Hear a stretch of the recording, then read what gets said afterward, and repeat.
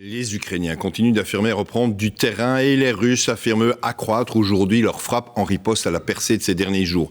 L'armée russe a annoncé d'ailleurs des frappes massives, ce sont les termes employés sur tous les fronts en réaction à cette contre-offensive fulgurante des troupes ukrainiennes que le Kremlin accuse aussi d'exaction dans les zones reconquises. Mais le retrait de l'armée russe de ces derniers jours fait l'objet d'un véritable choc dans l'opinion publique russe et malgré un contrôle important des commentaires sur ce que le Kremlin appelle toujours l'opération militaire spéciale, les voix commencent à s'élever contre le régime. Parmi elles, celle d'élus. Isabelle Husson, Pascal Boutin, NT.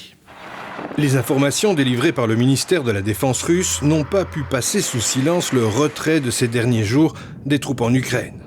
Au pays, la guerre est même critiquée parce qu'elle se perd et coûte cher, tant en hommes qu'en termes économiques. Certains demandent même la démission du président.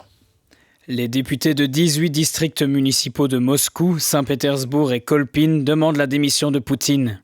Elle représente une minorité d'une minorité, c'est-à-dire que ce sont des conseillers municipaux de Saint-Pétersbourg et de Moscou, qui sont déjà deux villes nettement plus libérales que le reste du pays, et ce sont des gens qui ont été élus dans des districts électoraux, donc on dirait chez nous les communes dans la ville de Bruxelles, qui sont peuplées essentiellement de gens qui leur ressemblent.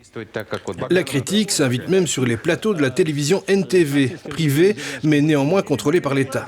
Ici, l'opposition officielle s'inquiète d'une poursuite de la guerre dans les conditions actuelles. Nous sommes à présent au point où nous devons comprendre qu'il est tout à fait impossible de battre l'Ukraine avec des ressources et des méthodes de guerre coloniales. Vous suggérez une mobilisation militaire ? Je suggère des négociations de paix pour arrêter la guerre et continuer à s'occuper des questions politiques. Bref, la guerre totale ou la négociation, une alternative à laquelle sont confrontées toutes les oppositions exprimées. L'opposition la plus dangereuse pour Poutine, ce ne sont pas les conseillers libéraux de Saint-Pétersbourg, ce sont ce qu'on appelle les militaristes nationalistes, qui, eux, depuis plusieurs semaines déjà, quand le front stagnait, considéraient que la Russie était quand même molle vis-à-vis de l'Ukraine, qu'ils avaient d'autres armes qu'ils pourraient utiliser. Les déboires de l'armée russe en Ukraine ont donc leurs effets à Moscou.